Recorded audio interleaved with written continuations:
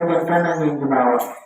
Jangan lupa seperti buaya mana tuh? Jadi caranya Nabi itu kenapa bagian kanan di bawah? Karena menurut penelitian ternyata otak kiri itu paling kerja keras, otak kiri paling kerja keras dalam kehidupan sehari-hari. Makanya dia dikasih atas, tidak boleh terlalu ditekan. Kalau di bawah berarti dia diberi tekanan yang paling kuat, makanya otak kiri di atas. Turun-turun sedikit kita ke paru-paru. Ternyata paru-paru bagian kanan itu lebih besar daripada paru-paru bagian kiri, makanya dikasih bawah. Yang besar di bawah, yang kecil di atas. Biar untuk menghindari penyakit asma, penyakit pernapasan. Kemudian kita turun ke jantung. Jantung itu di bagian mana? Kanan atau kiri? Kanan atau kiri? Kiri, makanya dikasih atas. Kalau di bawah itu nanti susah nanti itu mau pada rantai jantung. Kita masuk ke lambung itu kan lambung itu kalau kita kiri di bagian bawah nanti itu bisa kena asam lambung karena terlalu lama makanan di lambung. Kalau mau cepat-cepat keluar dari lambung itu bagian kanan harus di bawah. Usus makin bagus kalau makin lama makanan di usus makin bagus optimal terserapnya itu nutrisi makanan. Kalau kiri nanti cepat sekali keluar bagus nutrisi yang diserap oleh tubuh. Jadi itu Nabi Muhammad SAW 1500 tahun yang lalu sudah dia sampaikan, tapi dokter sekarang baru dia teliti ternyata benar. Itulah makanya kenapa banyak orang Barat yang bukan Islam masuk ke dalam Islam. Beruntunglah kita semua. Ke anak-anak sekalian, itulah kali 3 sunnah. Kemudian saya sampaikan, kita masuk ke dalam tema peringatan Maulid Nabi Muhammad SAW sebagai sarana meningkatkan literasi keagamaan untuk menyusunnya hari kita. Ini yang menjadi masalah Bapak Ibu sekalian. Nah, ini saya katakan kepada Bapak Ibu guru, banyak yang memisahkan antara ilmu agama dengan ilmu umum. Seakan-akan cuma guru agama nanti yang masuk surga. Seakan-akan nanti cuma ustaz yang masuk surga. Seakan-akan cuma anak pesantren yang masuk surga, anak SMA dia masuk neraka. Astagfirullah. Nah, itu seakan-akan begitu. Jadi ibu-ibu sekalian, bapak-bapak sekalian, bagaimana meningkatkan literasi keagamaan? Para bapak ibu guru ini, meskipun bukan guru agama, kita juga pewaris Nabi. Kita semua ini pewaris Nabi. Kenapa sebagai pewaris Nabi? Karena kita memberikan contoh nilai-nilai agama ke dalam pelajaran kita. Contoh misalnya kita mengajar sejarah, coba kita sampaikan misalnya bagaimana sejarahnya Rasulullah dulu.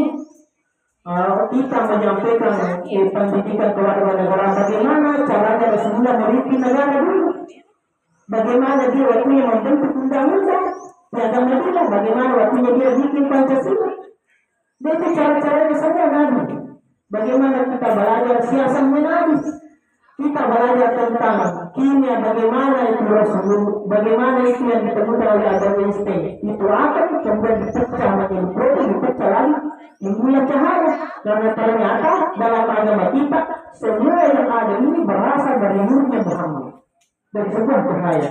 Kita belajar tentang asal usulnya alam semesta dan teori Big Bang, kita hubungkan lagi dengan Al-Quran.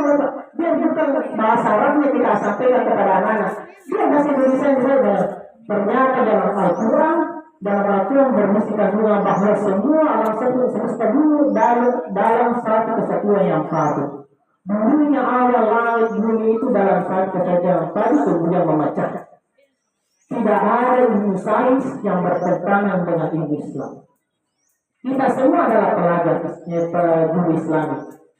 Jadi anak-anak sekalian, yang dibedakan ini nanti kalau ambil jurusan, ada ambil jurusan kedokteran, ada biologi, ada polisi, apapun itu, semua itu yang kalian pendidikan kalian itu ada semua pendidikan Islam.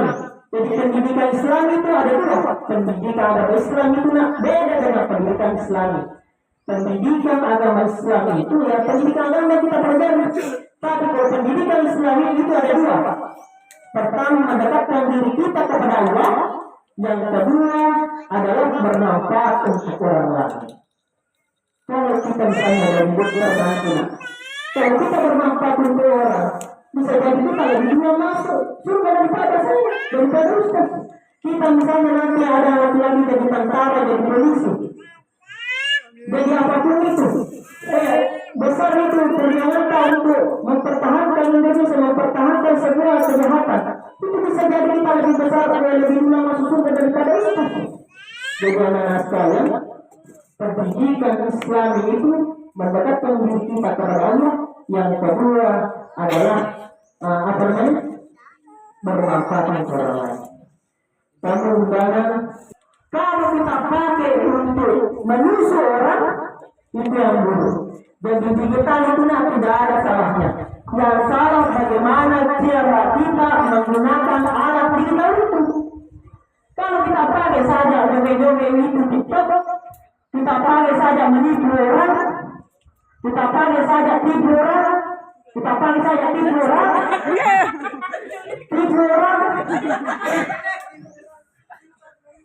itu yang bahaya. Kalau kita pakai untuk berbisnis, kita pakai untuk jualan, kita terangkan jualan kita, kemudian kita suruh cek keranjang kuning, kita beli, itu tidak apa-apa, itu sunnah. Kenapa nak? 10 sahabatnya Nabi, 9 diantaranya orang kaya, 9 antaranya adalah pengusaha, 9 diantaranya itu masuk surga. Dia semua adalah pengusaha.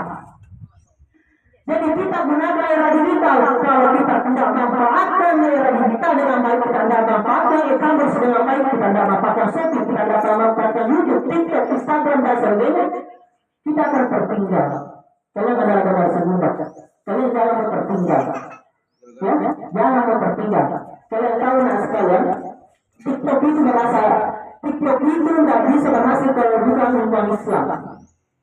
Ada yang tahu TikTok itu kalau sudah dimulai, nanti kemudian berikutnya ada lagi muncul yang sesuai kita suka, itu namanya FYP karena algoritma. Algoritma itu diciptakan oleh umat Islam.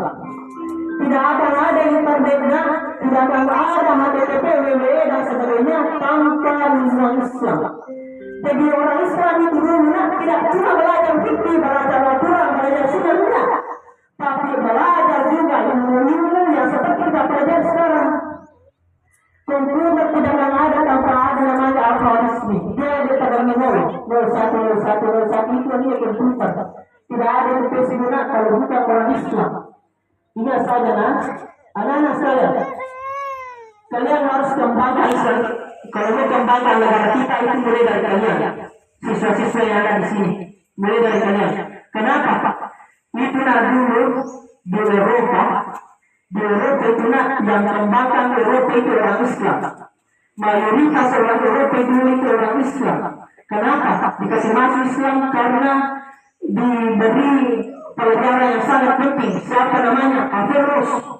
Dulu namanya Averroes karena orang tidak tahu kalau orang yang mengubah Eropa itu adalah orang Islam. Namanya Ibn Rushd. Itu saja kalau punya kalau disudah, kenapa bertujuh? Karena memang awalnya itu diciptakan oleh Ibn Rushd. Kenapa segini itu coba itu menambahkan itu hukum Islam. Itu Ibn Rushd. Ilmu beda itu dari Ibn Sina. Kacamata, kamera, yang kalian lakukan itu, yang kalian gunakan itu semua berasal dari Islam. Jadi kalian harus pelajari agama, pelajari sunnah Nabi, pelajari aturan, dan semua pelajari jurusan-jurusan kalian kalau sudah boleh. Mungkin dari itu yang sempat saya sampaikan. Saya memuat kepada bapak-bapak sekalian, kalian kita ada Mawajil Sultani. Allahumma salli ala Sayyidina Muhammadin wa ala alihi wa sahbihi ajma'in amal. Allahumma inna nas'aluka salamatan fid din, salamatan fid dunya wa salamatan fil akhirah. وعافية في الجسد وزيادة في العلم وبركة في الرزق وتوبة قبل الموت ورحمة عند الموت ومغفرة بعد الموت. اللهم هون علينا في سكرات الموت والنجاة من النار والعفو عند الحساب. ربنا اغفر لنا ولوالدينا وارحمهم كما ربونا صغارا. وللمسلمين والمسلمات والمؤمنين والمؤمنات الأحياء منهم والأموات برحمتك يا أرحم الراحمين. ربنا آتنا في الدنيا حسنة وفي الآخرة حسنة وقنا عذاب النار. وصلى الله على سيدنا محمد. الحمد لله رب العالمين.